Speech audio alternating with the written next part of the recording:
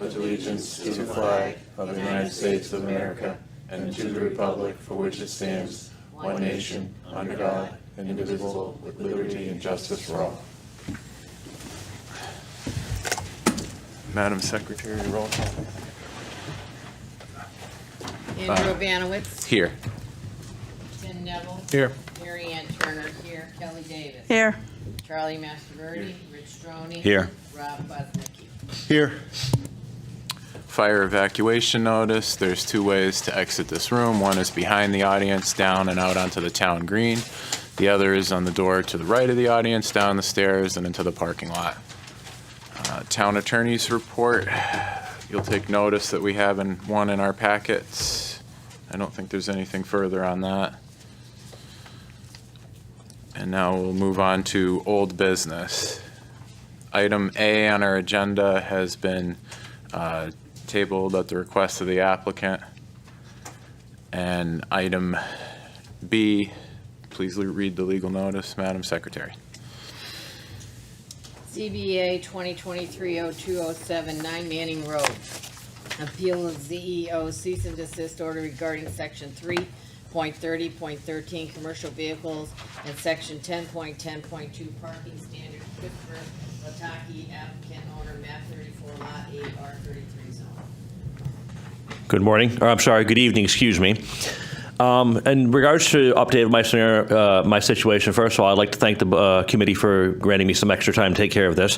The two issues at hand, one is the commercial vehicles, and also the second issue is the excessive vehicles on the property.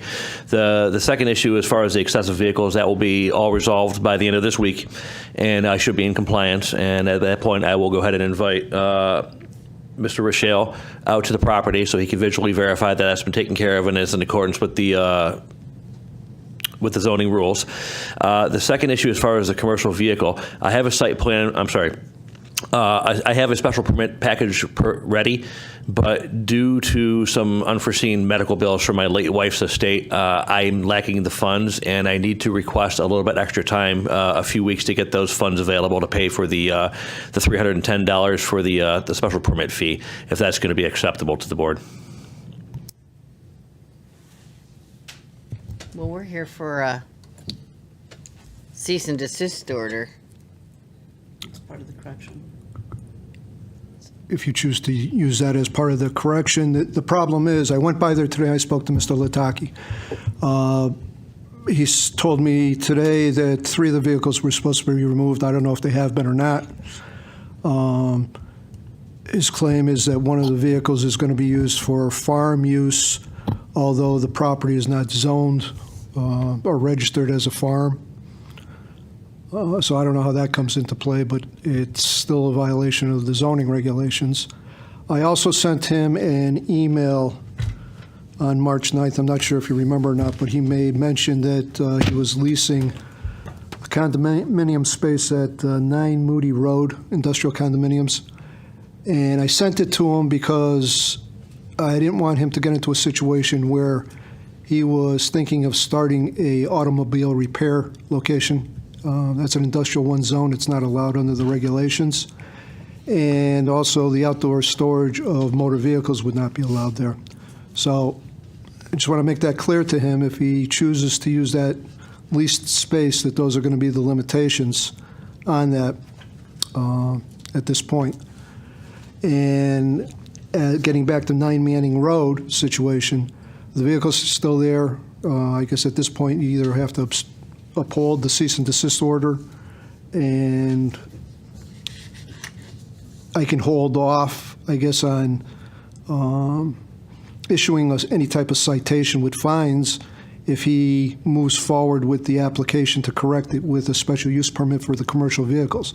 That doesn't satisfy the situation with the number of vehicles there. He would still have to get that down to the maximum number allowed, which is 6. I believe there's 9 there now. And there's no guarantee that they're going to approve a special use permit for the commercial vehicles, but he can do so.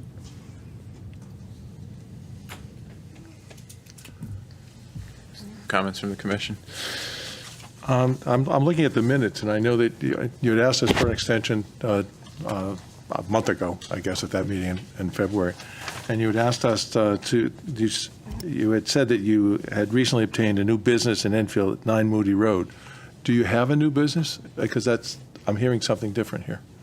The 9 Moody Road property is it's an industrial condominium space that I've recently leased. As far as the use space, we're considering doing a variance request for the zoning. We do understand that it is industrial 1 zoning, and we're looking into doing the variance request to allow for use for that. But as far as the final use of the facility, that has not been decided yet.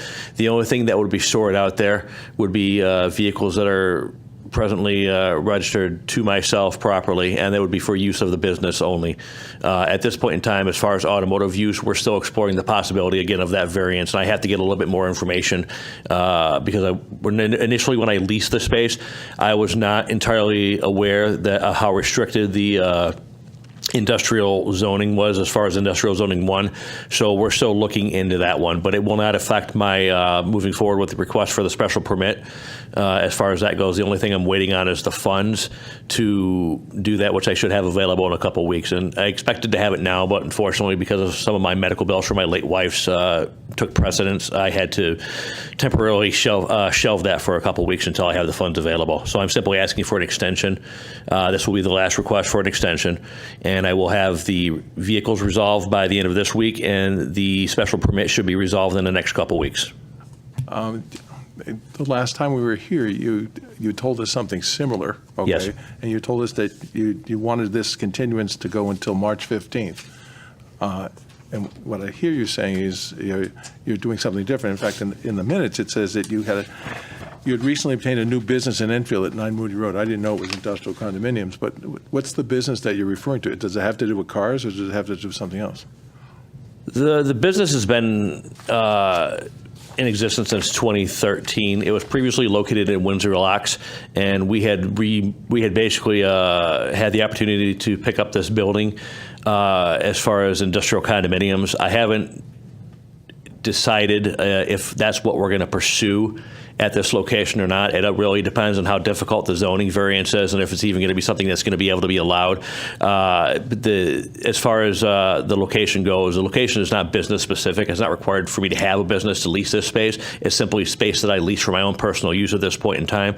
And I don't know if that's I don't know if that answers your question fully, or if you need more explanation. Or I guess the question I have is, listening to your response, and I appreciate the situation you're in, but listening to your response, I don't see an end to this. I don't see, you're talking about, it may happen, I'm hoping to get this stuff here, I'm going to talk about a variance, and I don't know your situation. I'm just reading from what you're telling us and what you said last time. So do you have an end to this? If you're looking for a continuous, is it next week?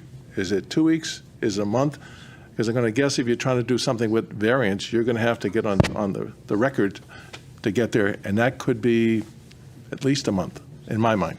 So in your mind, what's the end date that you're looking for? I apologize. Let me clarify.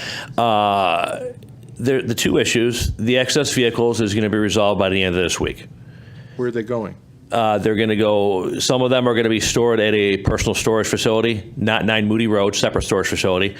And then the ones that are going to be used for the business are going to be over at 9 Moody Road. And those will be operable. They basically, it's vehicles that we use in the, I guess, in the execution of the business. So the business is partially mobile automotive repair. So we have 2 vehicles that we use to basically do mobile automotive repair. Those are ones that are going to be in and out of the business at 9 Moody Road. Now, the second issue with the tow truck is going to be a special permit regardless of whatnot. It's either going to be stored at 9 Moody Road if the special permit is denied. If the special permit is approved, it will remain at 9 Manning Road. And I only asked for an extension not to exceed your next zoning and appeals meeting, which I believe is April 28th. And I expect to have all these issues resolved at that point in time. Yes, ma'am. Sorry, I work through the chairman. My Sorry. job to recognize, sir. Mary Ann, please. Truthfully, I don't see why you need any more extension. I think that we could, the cease and desist is a reason, and I'm pretty sure that this has been going on a lot longer than the last 6 weeks. My guess is you didn't get here from our CEO without a lot of time before now. So I honestly don't, if you can get it cleared up and we're gonna vote this evening would be my suggestion, then you get it cleared up before you get hit with fines. But it's time to put an end to this, in my opinion. Okay, give me a date when you'd like me to have this cleared up by. Tomorrow. Tomorrow? You asked us for an extension for a month, and then this board was very accommodating for that. And now you're asking us for another month. And truthfully, I think our CEO has given us an opportunity that he will hold off on fines for you for maybe about 2 weeks before you file We can do it 30 days. so we could do our business tonight and then you can You follow could- up. You could uphold the cease and desist order if you choose fit to do so, and I don't have to issue a citation. We can give them 30 days to rectify the situation. We're not in here to issue fines to people. We're in here to correct the issues at hand. Right, So- and I just don't see why we need to let this go on another month to go end up in the same place again. It's completely up to the board. Whatever the board chooses is fine with me. So does anyone have a motion to continue this? If so, I guess I'd want to hear that. Hearing none, I guess we're going to move forward. Okay. Any other questions of the commission?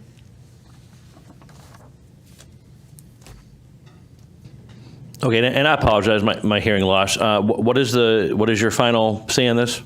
We haven't voted yet. We're not there yet. Carry on. I know, Sorry. can be confusing. So, this isn't a hearing to the public, or it is? This is, yeah. Okay. We can do public participation. So at this point, I'm going to allow members of the public to come up that wish to be heard on this matter, either for or against. Is there anyone in the audience for or against this matter? No? Okay, hearing none, we'll close the public hearing. I make a motion to close public hearing. Second. All those in favor? Public hearing is closed. Discussion? I believe that this has gone on long enough, and I think the applicant has an opportunity to clear it up, and that the town is willing to work with them another month, that we need to just move forward. Anybody else? I agree. Okay, I think that's probably accurate here is, if we do our business, handle this, and let the town work with the applicant on rectifying it.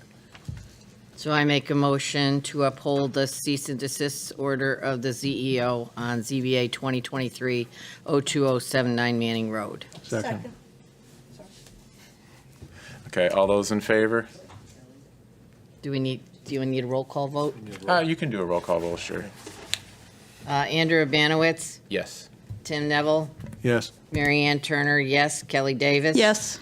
Charlie Masterbirdy? Yes. Okay, motion passes. We should just explain that he says it's hard of hearing. Oh, okay. So we voted to uphold the cease and desist order, and you can be in contact with Rick next. Thank you. Very well. Thank you for your time.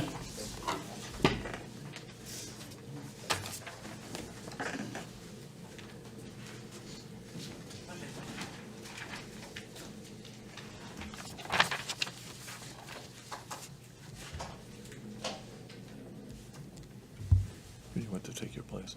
I don't know who hasn't had a chance in a He while. was on last time, so maybe Yeah, okay. So what I'll do is I'll read the legal notice, or I'll have her read the legal notice, and then when the hearing's open, I'll say that on the record of the hearing, and I'll walk out. What? Okay.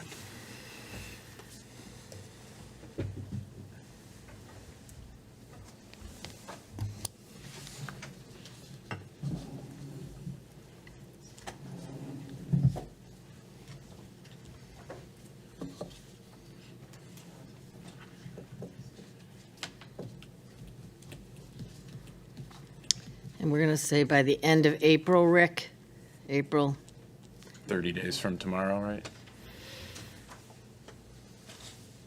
I think our meeting is on the 28th. Right. okay, so we said 4.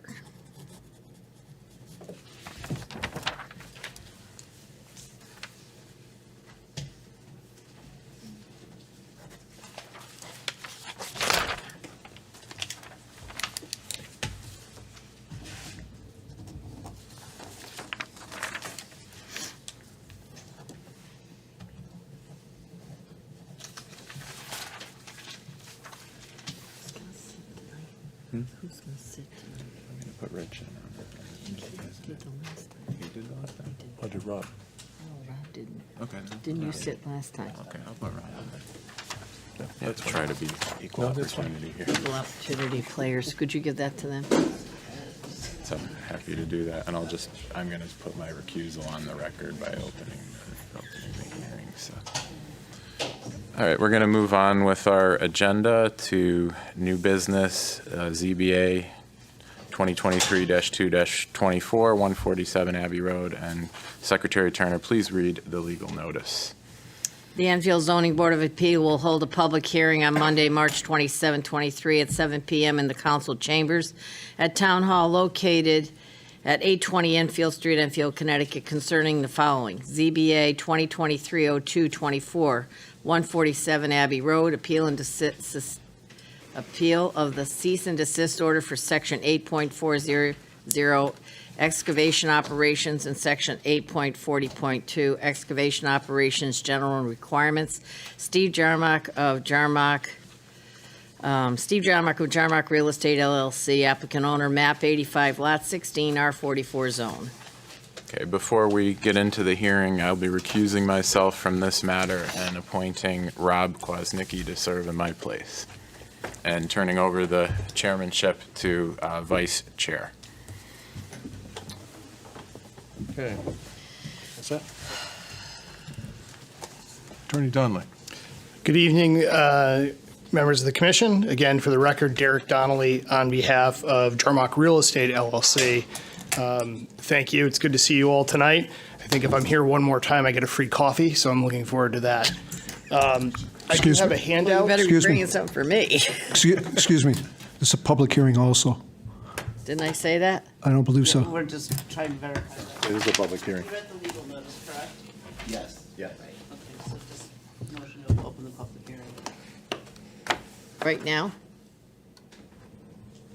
Just for, yeah, you should open the public hearing officially, even if you read the legal notice. That's fine. Mr. Neville. We will open the public hearing at 7:20. Mr. Donnelly, go right ahead. Thank you, Mr. Chairman. If I may approach, I have a handout for everyone.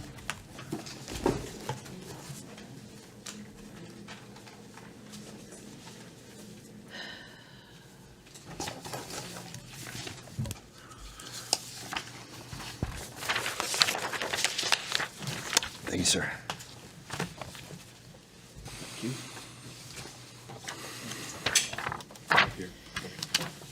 I hate getting stuff at the desk.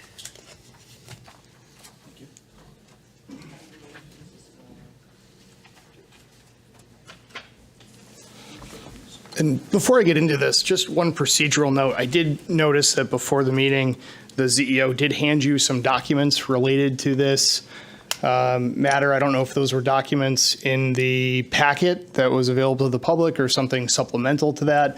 I have not been presented with those documents. Typically, in the course of an adversarial hearing, those documents would be presented to me at the same time they're presented to you, as you just saw me do with respect to our presentation as well. Mr. Rochelle, do you have, Those were emails previously submitted.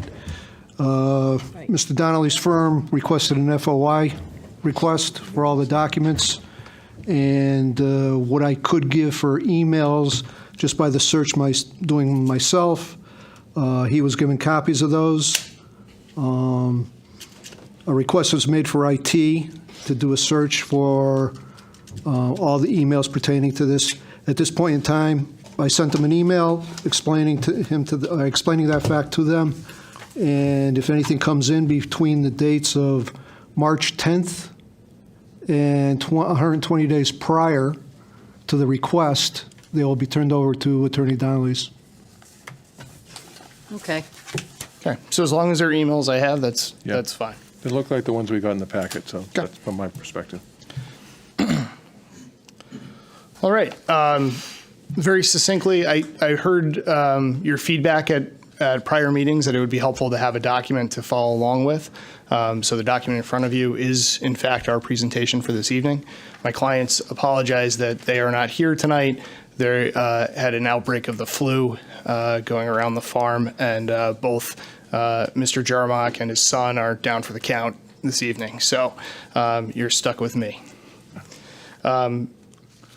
So very simply, I'll go through my letter. You're welcome to interrupt me and ask questions if you'd like. I'm sort of happy to address things as they go, but thought this might be a better way to discuss this matter than presentations or informal discussions as we've done in the past. So, dear Mr. Chairman and members of the Enfield Zoning Board of Appeals, as you are aware, I represent Jarmock Real Estate LLC, who appeals from a cease and desist order by your zoning enforcement officer dated February 8th, 2023. The cease and desist order relates to the removal of sediment from a farm pond located at 147-151 Abbey Road. The farm pond in question is smaller than 3 acres and is essential to the farming operations at that location. My client reached out to the Planning and Zoning Office in October prior to undertaking this project and was told that there were no approvals needed. They were later surprised when the cease and desist order was served. For the reasons further articulated, the regulation cited is not applicable in this matter. I respectfully request that you overturn the order of the zoning enforcement officer. So first, the inlands, wetlands. Excuse me. Yes, ma'am. How big did you say this pond is? Where is that? Less than 3 acres, and that's. I see it. We'll talk about that more as we go forward here. So first and foremost, the Enfield Inlands, Wetlands, and Watercourse Agency has exclusive jurisdiction over protecting wetlands and watercourses in Enfield.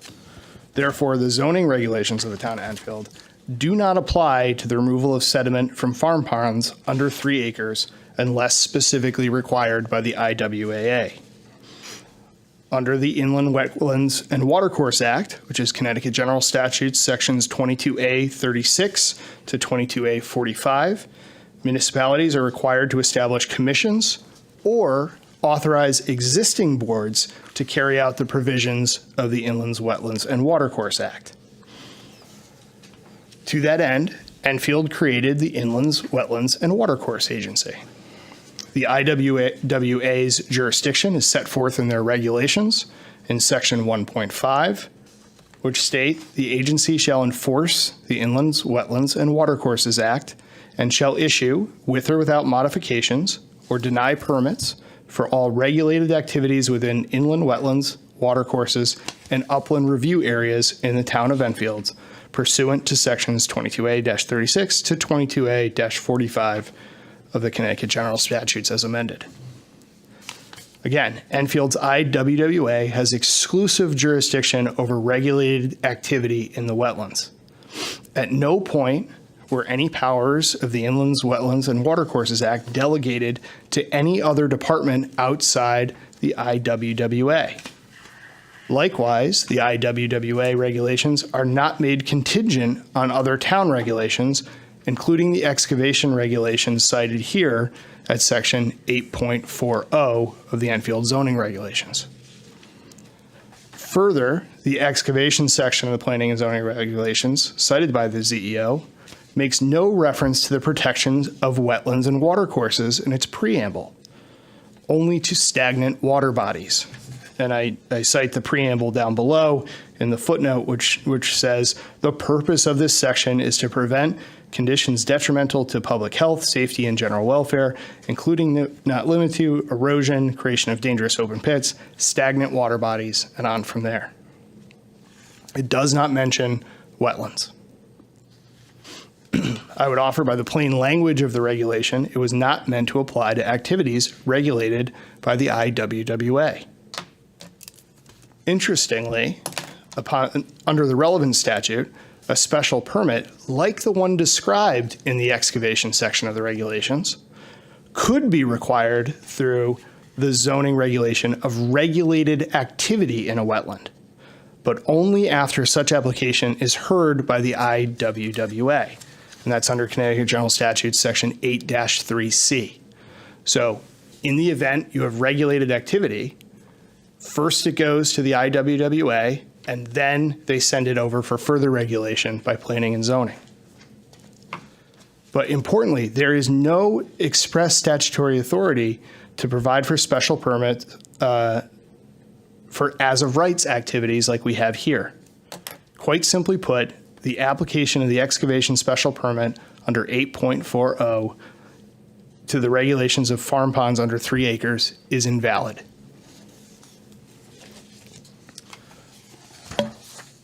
Then we get into why the under What's your 3. opinion? Quite simply put, is that your opinion? Are you telling me that's your opinion? Yes. That's what I want to know. Thank you. I mean, I would argue that opinion just is pretty wanted to founded in understand. the law, but yeah, but yes, that's my interpretation of the law. So, farm ponds under 3 acres are an as-of-right use and operation under the Inlands and Wetlands and Watercourses Act. Pursuant to Connecticut General Statutes 22A-40, a farm pond under 3 acres is an as-of-right operation and/or use in a wetland. And that's the term in the statute, as-of-right. Okay? In relevant part, it reads, permitted operations and uses. The following operations and uses shall be permitted in a wetland and watercourse as of right. And then you see in the highlighted section below, farm ponds of 3 acres or less essential to the farming operation. Okay? Excuse me. Just, how many pages is this that you're going to go through? Because it's not numbered, and I've read a lot of this stuff already, but I'm going to guess that most of the folks here haven't yet. As you hadn't in the last meeting, and you had asked us to give you some time other than here. My first thought is say this is, it would take me more time, maybe because I'm a visual learner, and I want to go and back that up before I would make a decision on any of this stuff. And, if this is what we're going to do, I guess I'd rather do it myself. And frankly, I'd rather table it till we had the chance to do that. I'm just saying that, I'm not saying that officially, I'm just saying that's my instinct right now. Mr. Chairman, Yes. I think we're at the point where it's his opportunity to speak to us. He can say, that's fine, it's a matter of, that's fine. But I think I'd still like more time. Normally, and I'm not trying to put words in anybody's mouth, but normally the applicant doesn't give us a narrative, they just say it. He's just written it down for us to read along while he's saying it. That's fine. And I think you might agree Is that that- there's also time to look at some of the citations and stuff like that and maybe go a little bit deeper into it. We can do that afterwards. I didn't mean to interrupt you. I just had a question, and I wasn't sure how long. Sure, and if I could- It's different than what we've typically had, so that's. Correct. And also, I would just add that, you're dealing with the inlands and wetlands statutes and regulations, which is not something that usually comes before you. So that we're presenting to you, which is why I thought it was important to do it in writing. If, once I'm finished, if you'd like more opportunity to review it, you can certainly table leave the public hearing open, table it, take more time to review it. I don't have any problem with that, and nor does my client. But I did want to make sure that, I'm comfortable with that. I have one question for you, though. Wasn't there a public hearing at Inland Wetlands on the 21st? yes, there was.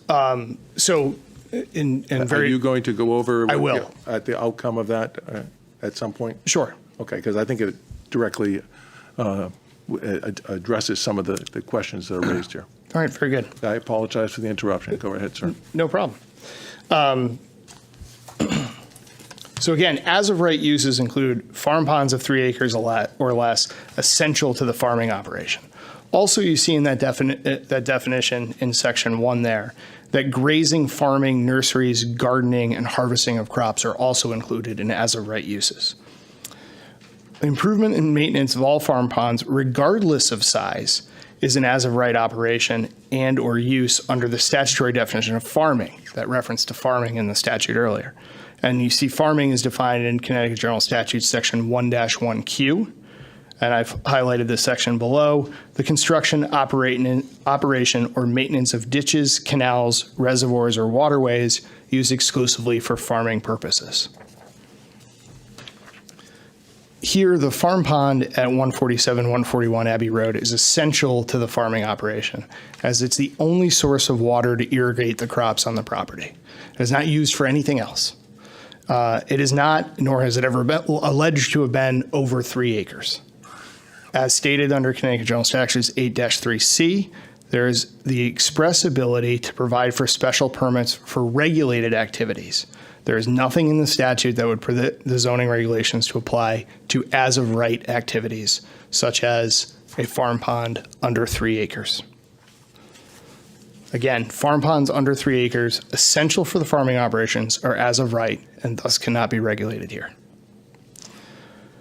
And then here's the other part that's pretty important. And you've had these emails before you, but even if the regulation did apply, the Planning and Zoning Department waived the right to enforce it by granting the permission to proceed. On October 25th, 2022, my clients reached out to Georgina Driver, the assistant town planner and wetlands agent, about farm pond maintenance on 4 properties, including the Abbey Road parcel. Included on that email was a director of planning, as well as a general planning and zoning office email. I will tell you that they did this at my direction, so we could avoid being here. Okay, that was my specific direction to them, to reach out to staff, ask them what they needed to do. Okay. And these emails are in the master packet. I've attached copies of those to this as well for your further review. But the following exchange is important. On November 2nd, Ms. Driver responded to the inquiry saying you do not need an IWWA permit for the maintenance of your farm ponds. Later that day, my client followed up and said, just to be clear, that nothing is required from, it should be your, but you office with respect to the work we are doing on the farm ponds. And Ms. Driver responded on November 3rd, that is correct. Nothing else is needed. In short, the assistant town planner gave permission and my client relied on that permission and began its work.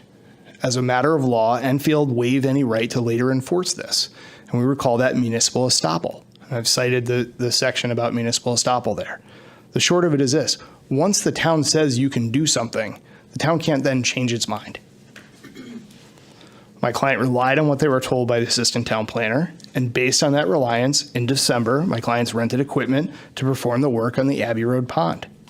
My client asked to remove the sediment, and when permission was granted, my client removed the sediment. Simply put, the town cannot change its mind after it tells you you can move forward.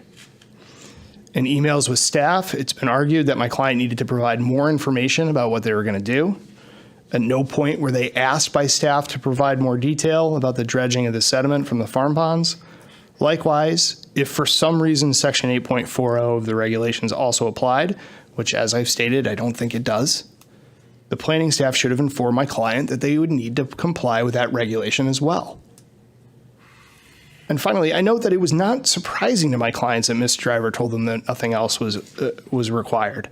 My clients have been farming in Enfield for generations and have never had Section 8.40 of the regulation apply to farm ponds or irrigation activity. Last February, as noted in your packets, my clients appeared before the IWWA relative to the pond in question when they were placing a new irrigation system at Abbey Road. They sought a determination from the IWWA that no permit was necessary for this as-of-right activity.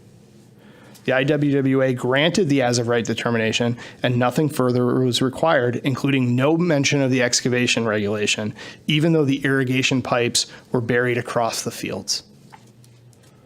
That the regulation is now being applied seems like a reaction to complaints received by the town and is contrary to how the town has proceeded in the past.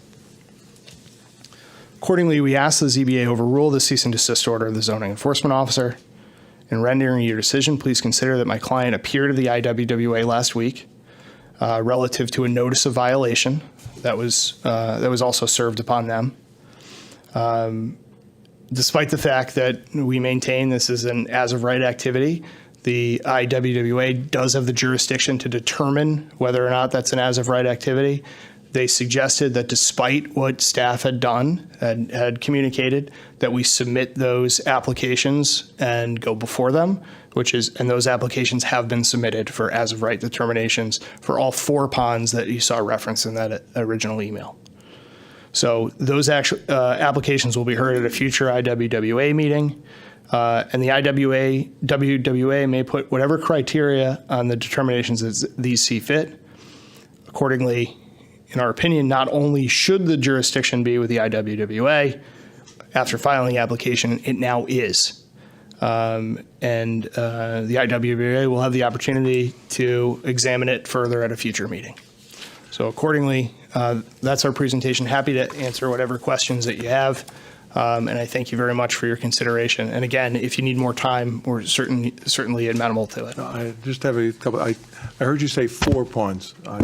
We've been looking at one, at least in my reading, I've been looking at 1 pond. Which 4 ponds are you talking about? Yeah, correct. So if you look at the Exhibit 2 in your packet, which is the full email exchange with with town staff in October, there are actually 4 ponds that they were interested in doing sediment removal: 128 Moody Road, 131 Town Farm Road, the pond in question, and also Charlie. I apologize. That's Yep. I misinterpreted that. So just so there's no confusion, the application for determination rather has gone in for all 4 of those, just so there's no confusion in the future. Okay, but the work has been done on only 1 pond? Correct. The one we're talking about tonight. Okay. That's my understanding. Okay. I have some questions, Mr. Chairman. Go right ahead. I went and watched the IWWA meeting on February 1st of '22. And during that meeting, I only focused on the part where you were there speaking, they asked you specifically, and actually you responded with, there'll be no roads except the existing farm roads. There'd be no relocation of the water courses. They were going to be exactly where they are. There'd be no cutting of trees. And they asked you numerous times about that, and you responded, no, there'll be no cutting of trees. Because you made a comment, timber would have been a problem. I'm not sure what it meant, but that's what you said. The pipeline was going to run along the tree line, right? And you said no mining of peat, topsoil, or gravel was to take place. And you talked about the moving of the topsoils, or I'm calling them topsoils, dirt, sediments, and they were going to stay on the property. I think the implication was, and I think it was, the interpretation may have been they weren't leaving that particular field. And you also talked about how there is an erosion problem that happens when it rains and the dirt runs across Abbey Road, and there was no mention of extending the pond. The pond that not you, them, were going to build. So I had some questions about that because it seems like a lot of those things got done. Yeah, so it's a very good question. That application was specific to the 147. The irrigation piping that was going in. Okay, the irrigation piping, after that meeting, the irrigation piping was installed. When the new system, my clients received a grant from the USDA to install this. They said that, right? yep. Once the irrigation system was installed and then began to operate, they realized they had a problem with sediment in the pond.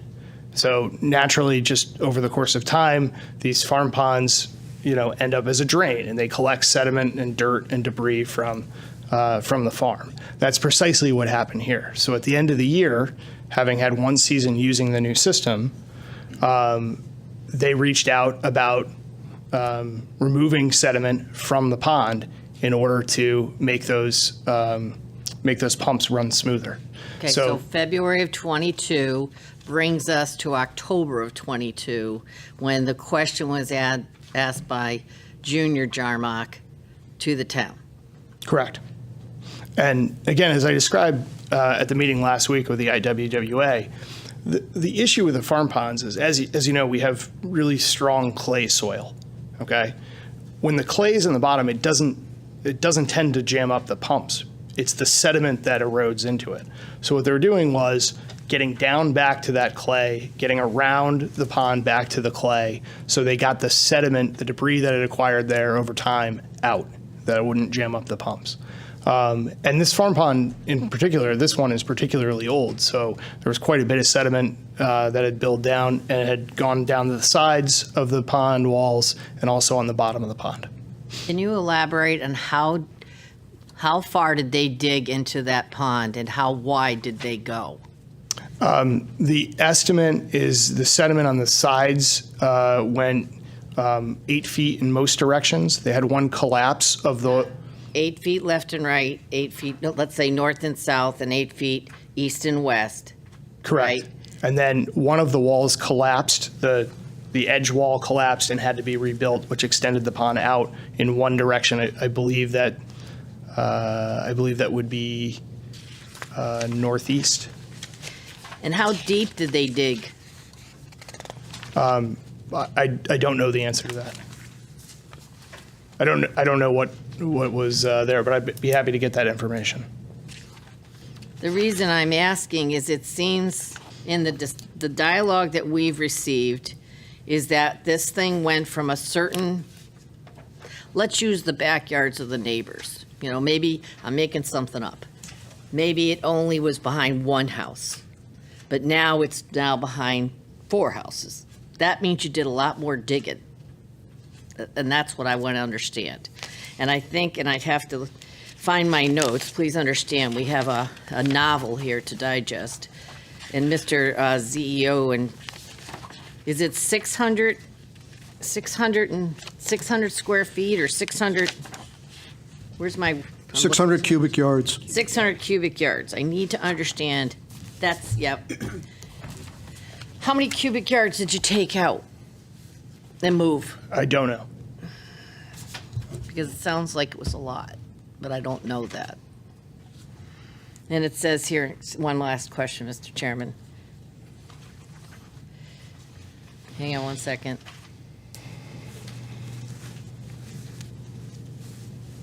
It's something about 435 feet. And I think when the It was 435 or 465. It was in the notes from the CEO. The existing pond on the aerial from the rear of 10 Cleveland Street to the east to 18 Cleveland Street measured approximately 435 feet. This area includes the disturbance, the materials caused, it's significant. Okay, so the question at hand is, and I guess I would have to ask the CEO and the planner, how big did we start and where did we end? That's my questions, too. You want to take it? Sure.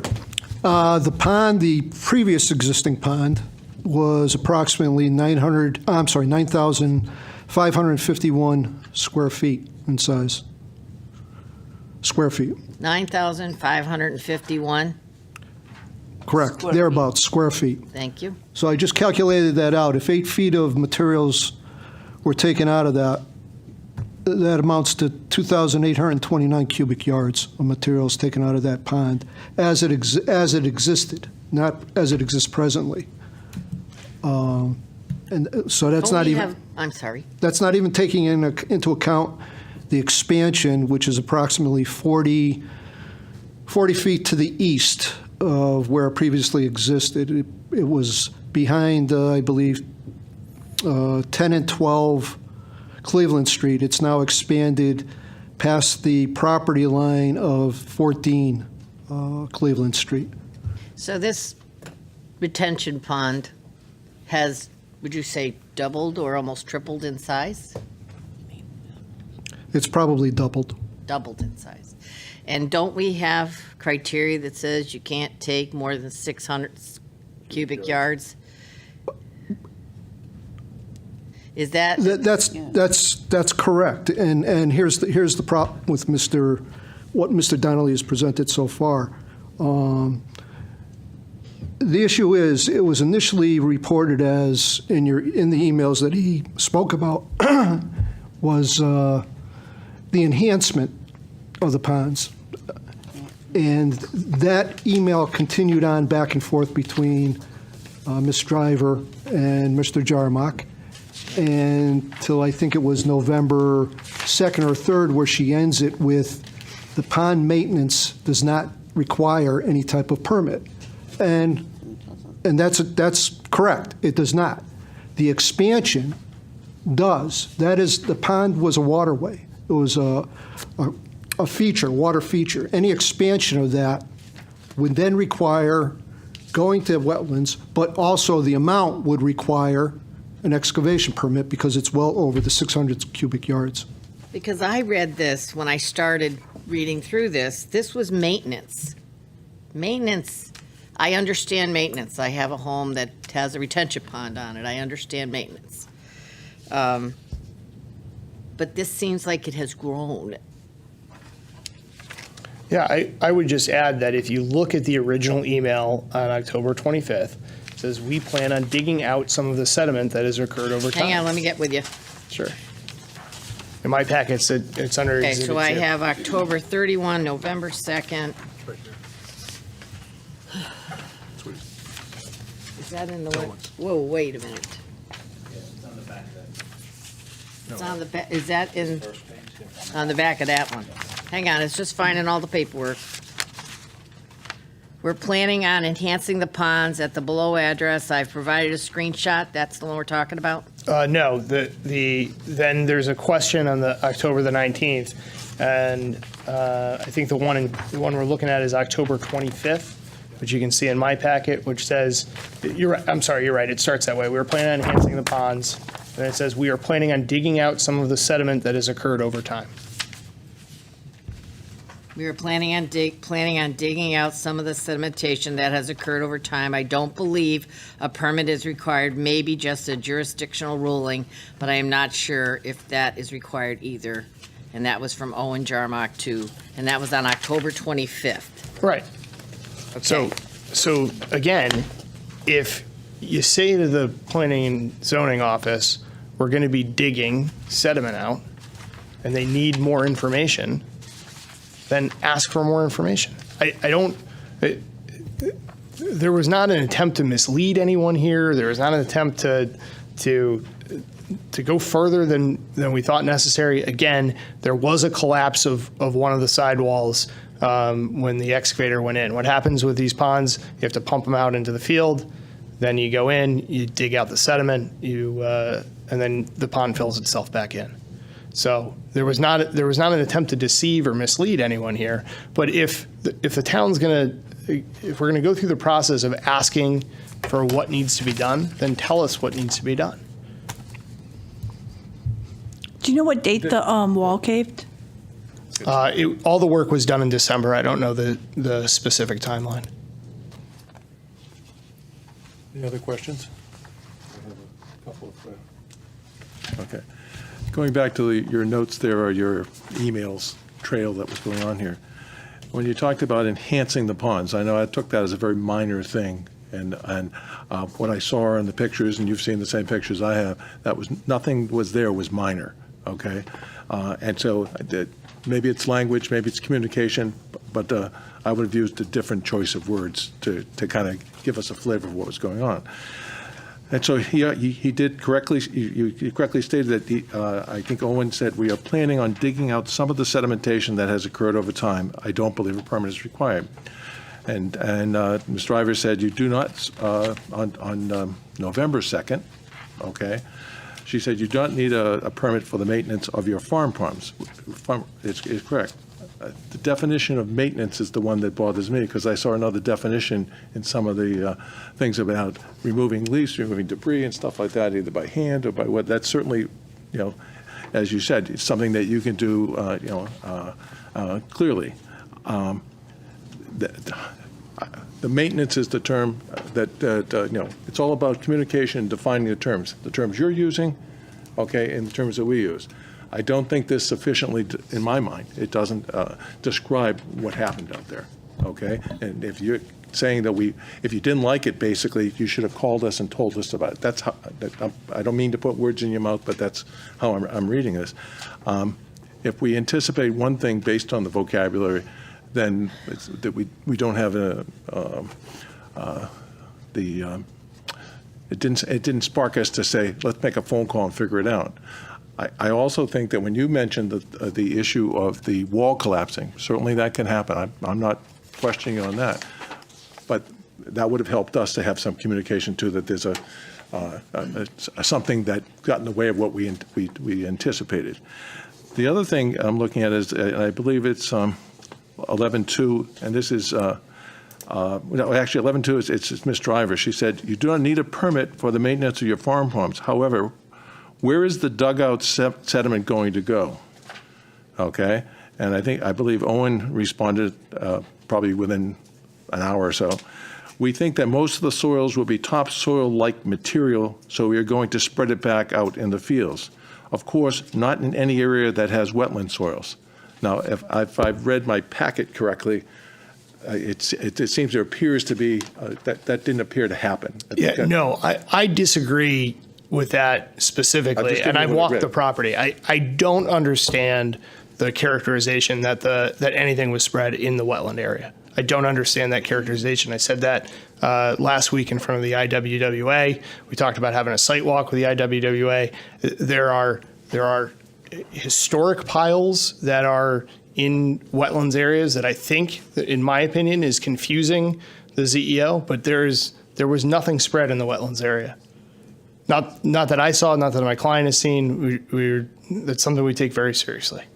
Okay, and again, I'm just reading I understand. what I saw here. So You'd like to ask a question? I just want to see if some of the other folks have some questions. If I could just respond to your other Go point ahead. before we move on, because I think it's a valid point about the maintenance, which is also why my client followed up with a follow-up email and said, just to be clear, that nothing is required from your office with respect to the farm ponds. I mean, that wasn't the end of the communication. There was a follow-up to that as well. And in the follow-up, the response was, that is correct. It was not, that is correct if you remove a certain amount of debris over 6, then you'll need to come back for a permit. It was not, you need to talk to the IWWA if, or anything like that. And I will tell you, I represent quite a few towns, as I've said before. Anytime somebody comes and asks whether or not something's going to be required, in that opinion, that question comes to my desk, I always advise them to ask more information, or if you're not sure, make them come before the commission for the determination. Wetlands is important. It's important that these determinations are made so you don't have situations like this. And that's incumbent on staff and the town to push. He asked if they needed a determination, and they said no. Rob. Hi, thanks. Thanks for coming here. I have a whole bunch of questions. I'm just trying to follow along here. The main point that I'm understanding that you're making is that through the email communications, the town communicated whether there were requirements or not. And I believe you also stated that your client, under your direction, emailed the town to get specifics on what is required. So just a couple observations in the emails. So on the email dated October 25th, the second or third sentence, we are planning on digging out some of the sedimentation that has occurred over time. So the word some is not very accurate or very descriptive. It's very arbitrary what some is. I'm just pointing that out. Yeah, and I think part of the problem is we're also referring to 4 different ponds here, which are, some of the ponds are in worse shape than others. I mean, that was Sure. part of this. Well, I guess I'm pointing that out, that as far as communications go, it's a back and forth thing. So some people could read, or people could read some different ways. It's not a hard number. It's not and then it's not even requesting, is there anything more required? And now we're getting further down into the possible language and communication confusion, because we also used enhance, and then the town assistant, who is it, Georgiana, responded with maintenance of your farm ponds. My question for you is, are there legal definitions of what maintenance means, and then also what enhancing means regarding something like this? Sure. I mean, the only definition when we're talking about farm ponds, everything goes back to the statute, and that I cited in the letter. The 8 dot something? No, it's in, so maintenance isn't specifically defined, but it's referenced under what's farming in the definition of farming, which is found in Connecticut General Statutes 1-1Q. And it says the construction, operation, or maintenance of ditches, canals, reservoirs, or waterways used exclusively for farming purposes. So it's maintenance is referenced in that definition of an as of right farming use. That's a little different here, because I will tell you that under that section, under 1-1Q, the maintenance, that section goes on to refer back to none of this shall affect any provision of a local zoning regulation. That's how that paragraph ends, which is why, again, we're focused here on the as of right use that does not have that same determination of referring back to zoning regulations, which is under farm ponds of 3 acres or less, essential to the farming operation. So again, I appreciate complicated definitions, but maintenance itself is not specifically defined. So we would go to the regular understanding, the general definition of maintenance. There are, within the communication, though, referring to the exact same thing, there were 2 different types of words used, enhance and maintenance. Enhance, to me, sounds like a little more elaborate than maintaining. It's like, I'm cleaning out my goldfish. I'm not going to expand it and put on a second floor for my fish. That's a stupid analogy, but I think you understand what I'm saying. Yeah. Now, I understand that we're also referring back to the as of right, and I understand that. But then also under, and it was included in here, Section 8.40 excavation operations. And this is where, and Rick, you can correct me, I believe this is where the issue lies under 8.40.2 general requirements, Section A, III, that there would be a permit required for 600 cubic yards of earth, filling or removal of 600 cubic yards. And so now where I don't understand, this supersedes as of right, because maintaining a pond that's there is fine. But then if there's now this is where the enhance and maintenance comes into. So if you're enhancing by removing more than 600 cubic feet of filling, which it sounds like that's what happened, then this regulation goes into effect, does it not, in your view? In my view, no. And the reason for that is, if you look at the language in that section, it says excavation operations completely within a premises as a result of a bona fide landscaping, agricultural, or construction operation. Okay? So assuming, and the statute references agricultural in the same definition as farming, okay? If you were talking about just farming or maintaining that as of right use, you would then, under 8-3C of the general statutes, be able to apply a planning and zoning regulation after it goes to the IWWA. The difference here is because we're talking about a farm pond under 3 acres. That's as of right without the application of Connecticut General Statutes 8-3C, which can require a zoning regulation. So to put it another way, over 3 acres, yes, absolutely. Maintenance of a pond over 3 acres, absolutely. Under 3 acres, it's as of right. There's no caveat to that. It's as of right. Before we go, Mr. Chairman, we need to hear Thank from you. the CEO. I think you're right. Go ahead. I was just going to, I'll mention a couple things. Mr. Donnelly says that the Jarmucks have a long history of farming. in town and area towns, and they most certainly know the regulations pertaining to farm ponds. Everything that was alluded to in those emails was the enhancement, originally the enhancement. And there wasn't any comeback when Ms. Driver mentioned in the emails maintenance. I mean, we're not, I would have thought that he would have said, oh, we're planning on expanding the pond. I mean, that would have been the normal thing to do. And that would have triggered, okay, you need a determination of permanent needs or an actual permit, because that is a waterway, that is a structure. It becomes, once it's created, it's a water feature on the property. And that comes under the wetlands. Simple as that. Now, the expansion of that and the amount of expansion would have triggered the excavation requirements.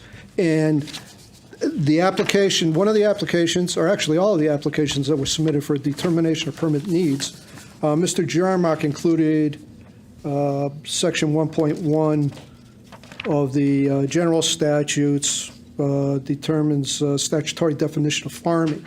And the last sentence noted, there is nothing herein shall restrict the power of a local zoning authority under Chapter 124. Chapter 124 is the zoning section of the regulations, which would That's what I was include- just referring to.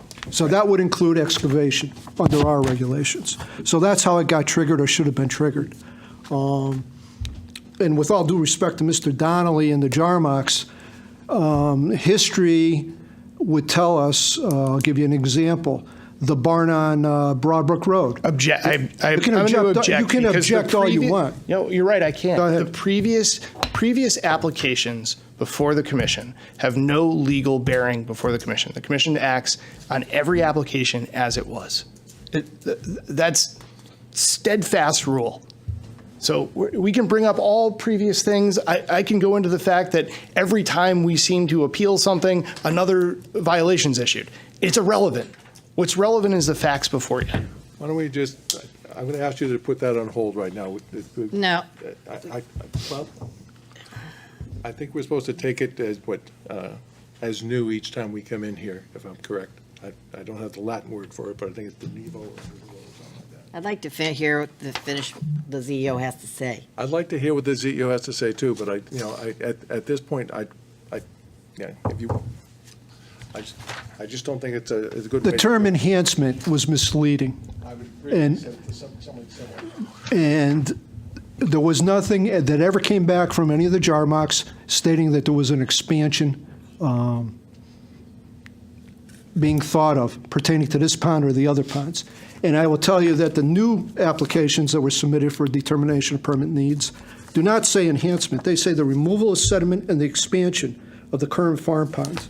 And that's the same for each and every one of the applications that came in. So it's my belief that they had every intention to expand the pond at 147. And enhancement was just a flippant term. He had every opportunity to respond back when Georgie sent to him the email saying, you do not need a permit for maintenance. And as Mr. Donnelly just reiterated, they have a long-standing history of farming. They should have known what that meant. I have no doubt in my mind that they know what that means, and that the maintenance of the ponds would strictly have been the removal of the sediment, not the expansion. I just have just a clarification for you. The application you're talking about are ones that came as a result of the meeting on the 21st? Correct. I just thought, I get that clarified. That's Right. correct. And the wording of those applications was based on the discussion with the commission at that meeting. So, We don't have that yet. I'm just trying to No, clarify I- for my benefit here. right, but if he's going to say that, look at these applications, this proves they're wrong, well, we put the applications in based on the conversation with the IWWA. I think he's showing that to us because he wants us to know he has those. I just wanted to clarify that. Did you have anything else, Mr. Risfelli, that you want to say right now about it? No, nothing other than you should know that this was triggered because of a issue with flooding on several homes down on Buchanan. And that started on February 6th. And it was also brought up at town council meetings, some concerns of town council members. And that's pretty much what triggered the viewing of the property. Also, in the cease and desist, one of the issues was to put up erosion and sedimentation control measures. Now, at the last meeting between the wetlands, when Mr. Donnelly appeared, they spoke about a trench that was dug, and that was supposed to take care of the erosion and sediment problems. Well, the only problem with that was there was materials piled on both sides of the trench. And Mr. Donnelly has an opinion that some of the materials weren't deposited into wetlands. I have a different opinion. I have pictures that I believe show that, but that's something for wetlands. And the issue of erosion and sediment control measures on a farm or any other place, normally best management practices usually follow with that. And I'm sure that they're fully aware of that. Yep. Anything else? Ms. Whitten? Let him go first. All right, so I think that we're getting caught up on some terminologies. Maintenance of a farm pond always includes the digging out of the sediment and the deposition of it someplace. No question, I get that. There are many farming exemptions, and that's one of them. The excavation means digging out, creating new holes, creating new areas for water to go, or a mining operation. That is digging out new soil, not old soil that's just drained into a pond. So it's really a definition between excavation versus the clean out. And even in CGS 22A40, it says the improvement and maintenance of all farm ponds are exempt. And I agree with that. That's 100%. I totally agree with that. I used to be a wetlands agent. What I've always been taught was the second you start digging in the upland review or the wetlands, digging, excavation, that is now a permitted activity. Then once you create that pond, then it becomes a wetland or a water body that will be regulated in the future. So what has happened here is there's been a separation or a conflagration of wetlands regulations and zoning regulations. Our zoning regulations say, under 840, that no such excavation operation shall let me just read the whole sentence in its entirety. This is under general requirements 8.42. Excavation operations, again, excavation meaning digging out of new land, with the excavation operations completely within a premises as a result of a bona fide landscaping, agricultural, meaning farming, or construction operation for which operation no building permit is required, provided that no such excavation operation shall result in removal or filling in of more than 600 cubic yards of earth products for each individual premises. That is what the violation is for. Right. They've exceeded that 600 with excavation.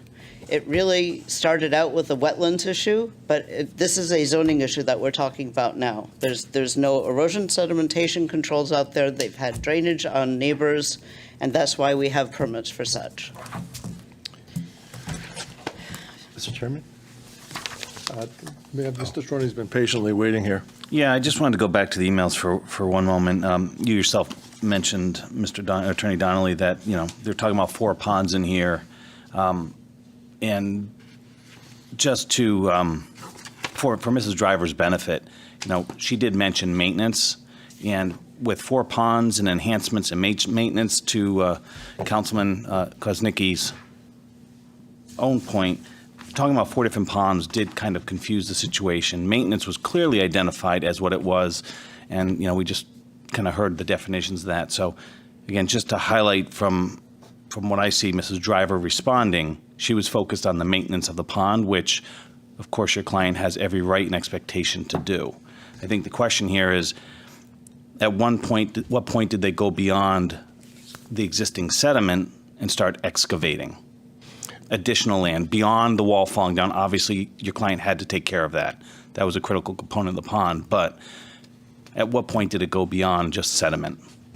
Yeah, so 2 things, and I'll get to that question in a second. But I think the first point that all of you have made with respect to the emails Yeah. Are these the greatest written emails in the history of emails? Absolutely not. This is a quick response back and forth, and I don't necessarily fault the terminology used by either my client or Ms. Driver in the emails. They're responding in the natural course of business. They're not citing, specific sections of statutes. They're not referring to regulations.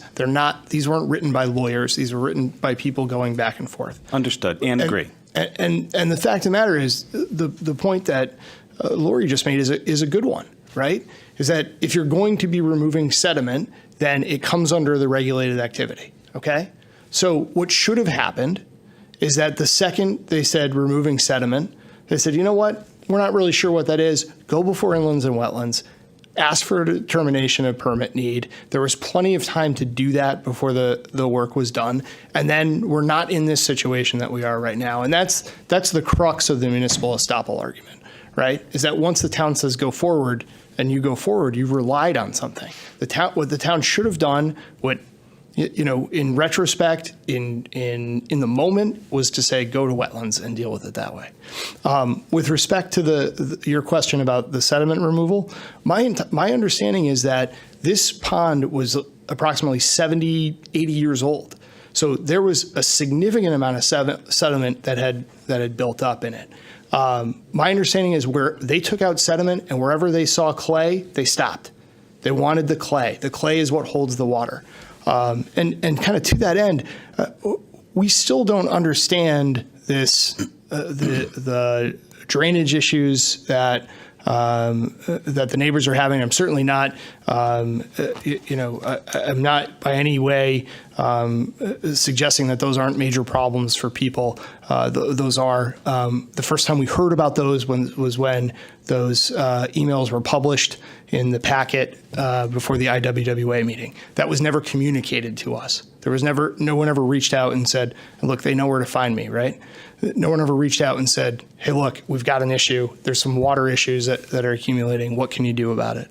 But it is a little contrary to, water accumulating here is contrary to, water dynamics. I mean, water should be going into an open hole to fill it back up. It should be draining back. So I'm not sure, that this assertion that this definitely caused these water issues is in fact valid. I think it's a nice thing to point at for the ZEO, but no one's shown us that that's actually happened. Mr. Chairman, Go ahead. I have a large piece of property. When you start digging around it, water starts to run. And I can understand that I'm going to use a language, you could have put a swale, and they could have kept the water on that side of the property. I do think that there's an issue, but we are here right now to talk about a cease and desist regarding special permit for the continued excavation. That's what we're talking about, the excavation part. I don't think we need to keep worrying about what the emails say anymore. I think we've all agreed on what they said. I think we need to move forward. And I am concerned, and I'm glad that you're going to inlands and wetlands, but I don't know why you had to cut the trees down. I don't know why you had to there was a whole swath of trees taken down, right? Yep. All the things that I mentioned. Yes, on this pond. That's one of the reasons why I read back to you the stuff from your February 1st, 2022, where you said no trees, no roads, no, all those things. Yeah, I'm not familiar with trees. And that's what I think's happening, that you don't know what else happened out there. So I would like us to stop talking about all the other things, because you're going to inlands and wetlands, and they're going to end up handling some of the problems that are caused by this. We're here to talk strictly about the cease and desist and the excavation. I just want to add to what you just said, Ms. Turner, but I'm concerned about, you're saying the inland wetlands is going to deal with this. I hadn't seen the minutes of the meeting. I didn't see it on. They're not our meeting. Pardon me? It's not our meeting. No, but you'd also see the minutes of the meeting, I would think. Or we'd be able to, maybe we could hear from you folks what happened to that meeting, because I don't know what issues inland wetlands is going to deal with out of this case. other than those At this point, applications they've they made. applied for a determination of permit need. I didn't hear. At this point, they've applied for a determination of permit need. They call it a DPN. Okay. So we don't know what's going to happen or if anything will happen. Happened yet. But does what they're doing address the issues that we have? Again, not our business. You have a cease and desist order sitting And on on the We this table. have a cease and particular desist. thing. Yes, I'm sorry. Stay to this. Go ahead, Lori. We have a cease and desist order for a zoning violation, not a wetlands violation. Correct. Okay. Mr. Chairman? Oh, Charles, you go first. Okay, thank you. Could I ask a question of staff? Yes. So for my own benefit, if you have a lot of sediment and you need to remove more than 600 cubic feet of sediment, you're still, once you go over that 600, whether it's sediment or not, you're still over the 600. The sediment is material, excuse me, it's not excavation. It's removal of sediment. So you're allowed to There- go over the 600? Yes, because it's not, we're not talking excavation, we're talking maintenance, material, removal of materials. That material could be Leaves. hydrophytic vegetation, excuse me. So, It's just cleaning up the retention pond. yes. It's not making it bigger, deeper, wider. Didn't we hear that it was doubled in size? That's why we're here. Correct. That's not his question. If the pond did not expand in any way, shape, or form, we wouldn't be here right now. Correct. That's not the issue. The issue is the expansion of the pond, which triggers now the excavation requirement.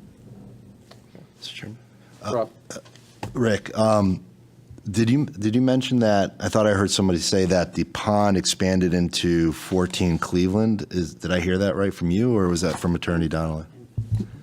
Not into, but if you look at the properties, the pond was behind 10 Cleveland, 12 Cleveland originally. It's now expanded past the halfway point of 12 Cleveland, past the side yard of, and into the rear, not into the property, but past the rear of 14 Cleveland. Understood, okay. So it's expanded about 40 feet further to the east than what it previously existed. And just not to be a pain, but, so the pond is not in anyone else's, into anyone else's property? No. The other portion of this with the excavation, part of that regulation also deals with no excavation within 30 feet of a property line. And if you've seen the photos, it's definitely within the 30 feet of the property lines on Cleveland. All right, thank you. I'd like to open public. And again, I disagree with the characterization because I don't think that property line is particularly well established in the back there. I think people think they own farther back than they do, and we intend to have that surveyed. You're talking about the buffer, the 30 feet. Correct. Right, I don't think that's what we're here, that he's meaning either. Right. What we have to be careful of is when we say the backyard of those properties on Cleveland, we don't actually mean their backyards. We mean the Jarmark's property that's on the back of their yard. Right. Any other questions? Before we go? No, Mr. Chairman, thank you. Okay, at this point, we'll ask for audience participation if they want to come up and speak. If anybody wants to speak in favor or against, please come up and state your name and address. Is there anybody here? Yes, come on up.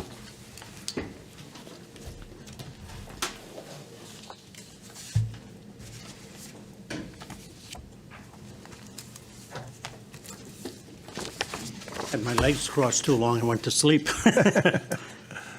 Jack Sheridan, 7 Buchanan Road. Hi, Jack.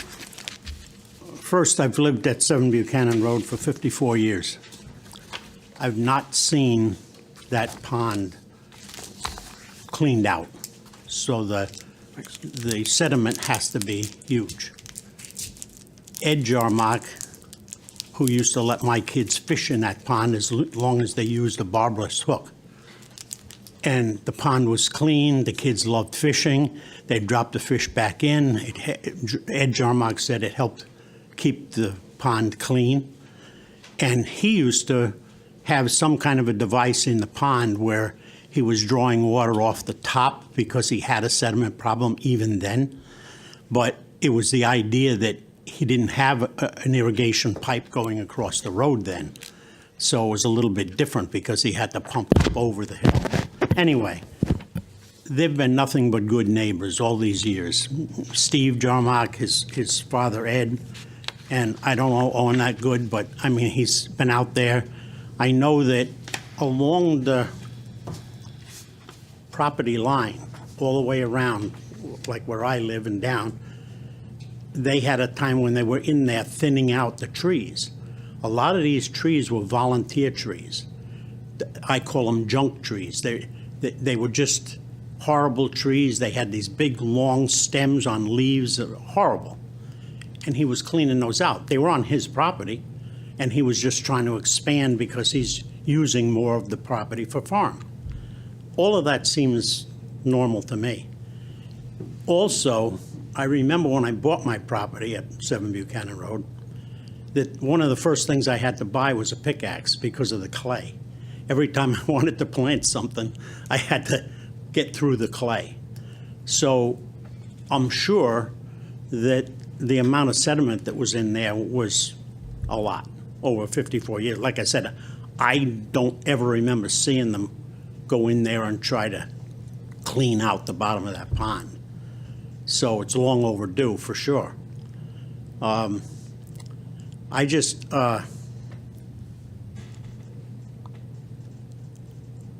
just wanted to attest to the fact that they've been nothing but good neighbors. Anytime any of the neighbors have ever said anything about, you know, a problem with anything, they respond. Steve has been great. I mean, he's given neighbors his own personal phone number so that if they have a problem, they can call him. So I think they've been good neighbors. I think that if the pond, and that pond, to me, we had a heck of a rainy season. So most ponds got bigger over this season. Now, did it get bigger because maybe the wall collapsed or whatever? I don't know anything about that. But I know that that pond over the years, where it was for all those years, got bigger and smaller, depending on when you looked at it. You know, how much rain, snow, or whatever else we got. So that's all I wanted to say. Thank you very much. Thank you. Is there anybody else in the audience that'd like to come up and speak? Yes. Come on up, sir.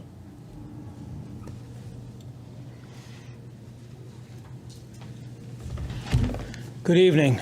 Name's Robert Lyman. I'm 16 Cleveland Street. Kind of new to the neighborhood, been there about 3 years.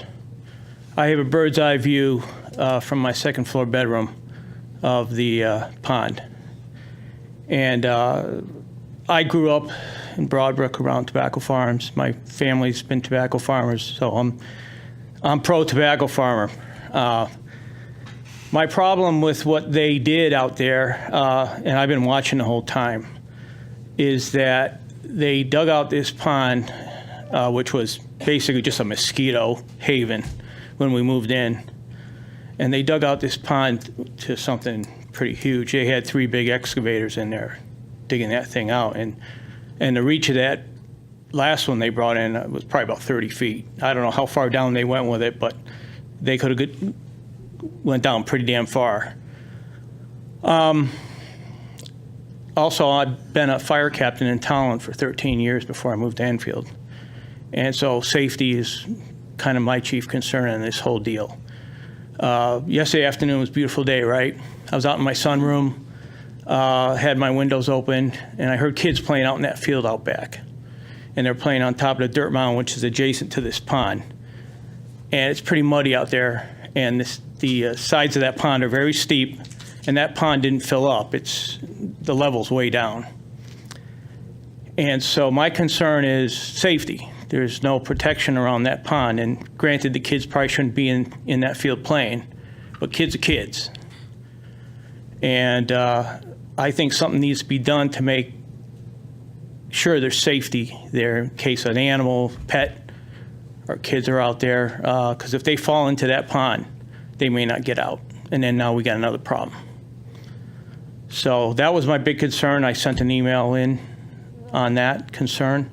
But I want to be a good neighbor. I hope there's a good solution. I know they need the pond for their irrigation. I love driving by these fields in town and seeing the tobacco farms. It reminds me when I was a kid. I used to pick tobacco in Hazardville. So I hope they can get a good solution, but I think that needs to be addressed more than anything. I don't care about the legalities and who's got rights and who doesn't, but I just don't want anyone to get hurt in that excavation. And they did haul out a lot more than 600 feet, 650 feet. That's about a couple yards. That's a lot of dump trucks, but they haul out a lot of stuff. So that's all I got to say. Thank you. Thank you, Mr. Light. Is there anybody else that wants to come up and speak, either pro or con? Once again, any other folks want to come up and speak? And one last time, anybody want to come up and speak for a final time here? The audience participation is closed at this point. Thank you.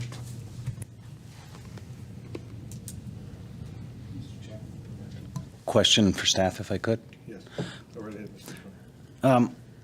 Rick, you said the previous size of the pond was 9,551 square feet, or the previous existing pond. Was that the original pond? It'll be the one that you see on the GIS, all the Okay. pictures, Right. that pond there. When was that from, though? I'm just trying to understand, how do we, 2019, it was from the GIS aerial. just trying to define how much sediment after however many years of not taking care of the sediment was removed, right? How can we know that? We won't. Right. We don't know Why except. we're here. It is, though, if we're defining excavation. We are not. The cease and desist is for excavation. Correct, but Right. we're not here we're here about the length, the width, and the depth, not the amount. We don't know the amount. And neither does, Right, neither party knows the amount, right. We still need, The only standard Why don't you, please, go up, please. Only looking at was excavation. I disagree with that point respectfully. The only thing in the regulation, as Lori cited, is the amount of cubic feet. That's it, not the length, not the depth. So I think the point's a good one. well, my point is that neither side knows how much or where we determine excavation versus maintenance. And I think that's the basis of this cease and desist. And I don't know if we have enough information right now to determine that. And that's why I wanted to ask Mr. Rochelle about, the original size of that pond. Was it in fact as long as it is now? I think he's trying to calculate right now. Yeah, I think he is too. Again, I believe that if you look at the photos and you looked at the property and you look at the GIS where we started, this is larger, I agree with that. I agree too. okay? So how much they took out doesn't really matter. If you're only looking at physically, it's excavation. And really and truly, this whole thing's easily solved by just getting an excavation permit and putting up the sediment and control situation. And agree. And before we get too carried away here, are we closing the public hearing and moving into discussion? No, we're just, Then- we're just ending, right now, we're just ending the audience portion of it. Okay, right now. so let's decide what we're doing before we get into any more back and forth. One more question for Mr. Rochette, if I may. He's doing math right now. Oh, I'll give So I you. was, Go I ahead. was, I was just. I'm gonna- listening. You sure? Yeah, go ahead. What's in your view? What is the path forward for a resolution if everybody was cooperative and doing the best for the town, the neighbors, the farm, etc.? In your opinion? First of all, the first and most serious thing is putting up erosion sediment control measures along the outside of the sand piles or the dirt piles that are on the property, number one. Number two would be the application submitted in for a special permit for the excavation. So I just did a calculation to get back to what you were asking. And all I did was measure from the old east side of the pond to the property line at 14 Cleveland Street. I think it's actually past it. If you look, if you're on their property, Jarmark's property, and you look at the edge of the pond where it exists now, it goes back, it goes past the side property line of 14. So I only measured to the property line of 14, and that's about 40 feet. The pond is about 100 feet wide, so that's 4,000 square feet. So if you multiply that times 8, and then divide that by 27, that amounts to 1,185 cubic yards. Would you believe they've taken out? Well, that's not just what's doing- taken out of the pond. I'm just saying the excavation Of of making the it soil lar- to expand it out to Right. the east, To expand it? to expand it out, not taking anything into consideration out of the pond, just that soil there amounts to 11,085 cubic yards. Laura? Just a quick calculation on my own. So if it's 40 by 100, that seems to be enlarged and taken out, excavated. Even with 1 foot, that's over 600 cubic yards. So One more for Attorney Donnelly. Last one. Attorney Donnelly, so the path forward for resolution that Mr. Rochelle mentioned, including safety concerns raised. Excuse me, Mr. Commissioner. We need to get to our part. You can't ask the lawyer things of what he could or could not do until we get to the part to do that. Is that what do you you're mean? going? Are you going to repeat some things to make this right? Because we are here about a cease and desist. Yeah, I'm not sure what you're asking. I think we're looking for, this is a time for us to get information from him. It's not to get opinions, it's to get factual information that we need to Right. have to discuss our solution to the problem. And it's us to take that information and have that discussion once we close the meeting. And we haven't done that yet. So my question would be, does anybody have any I other follow. factual question, or questions they need to get an answer to, other than, we don't want to get an opinion. I know what you're trying to do, but it's just, this is not the appropriate place to do it. So does anybody have anything else for the plaintiff's attorney, or for the staff that they need to get that kind of information? I make a motion to close public hearing. All those in favor? Any against? No. Okay, it's unanimous. At this point, we need to have Make a motion. motion to, I make a motion to uphold the cease and desist presented by the ZEO regarding excavation. I don't have it exactly worded in front of me, so so you shouldn't give it to us. okay, in order to, a cease and desist of all excavation activities on the property and to seek a special permit approval for continued excavation. And the order directs the owner to immediately install proper erosion and sediment control and safety features. Is there a second? Second. Second by Ms. Davis. Any discussion? Now's the time for discussion. Can you just reread the motion?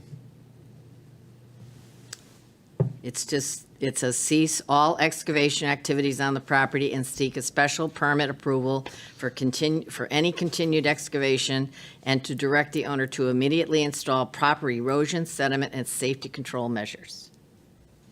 All right, thank you. Do you guys have that down? Okay. Just a point of order. I think You- the verbiage you- says, point of order, I'm allowed to. It actually says sediment control measures. I added it. Okay. Okay. Any further discussion on the motion? Okay, then can we have a roll call, please? Just clarify what that roll call means, just for the TV. You vote in favor, you're upholding the ZEO and what I said. Okay. We all in agreement, Director? Roll call, please. Tim Neville, Yes. Mary Ann Turner, yes. Kelly Davis. Yes. Charlie Masterbirdy. Yes. And Rob Kwasnicki. Yes. Thank you for your time. Thank you, Mr. Donnelly. Attorney Donnelly. We'll see you next time.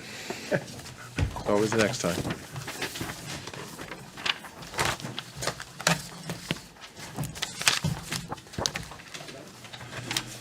Okay, we have to, Want me to get Andrew? yes, please.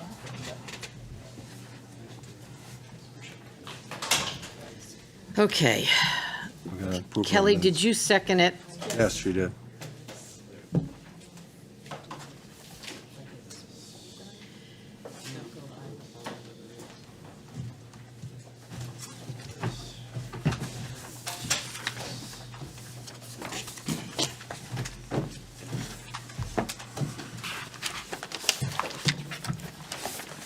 Approval of minutes.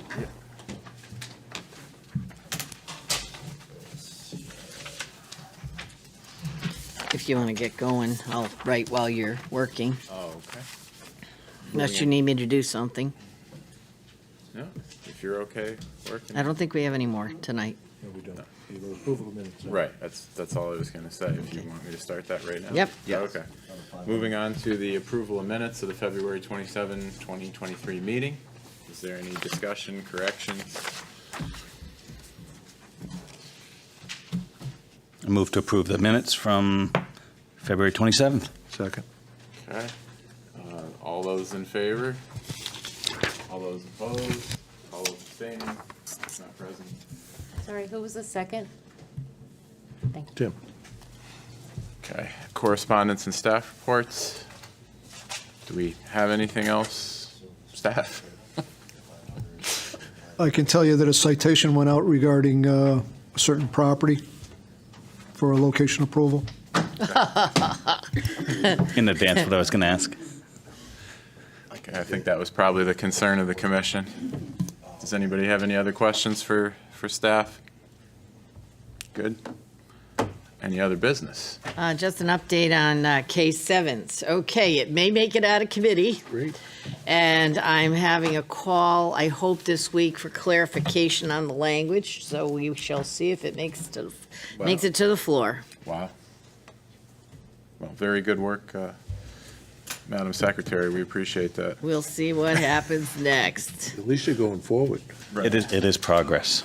Right. It's definitely progress. And I believe that's something, if you keep getting further with it, right, eventually it'll. How many no's does it take to get a yes? Right.